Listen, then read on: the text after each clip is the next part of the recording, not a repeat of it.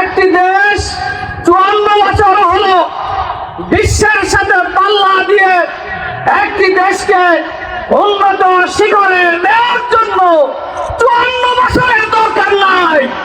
আজকে আমরা 54 বছর পরে বাংলাদেশকে যেই জায়গায় যাওয়ার কথা ছিল আমরা যেতে পারি নাই। কেন পারি নাই? যদি আমরা একটা খতিয়ান দেই গত সরকারের 15.5 বছরে প্রায় 28 লক্ষ কোটি টাকা এই বাংলাদেশ থেকে তারা পাচার করে বিদেশে নিয়ে গিয়েছে। এই টাকা কাদের? এই টাকা তো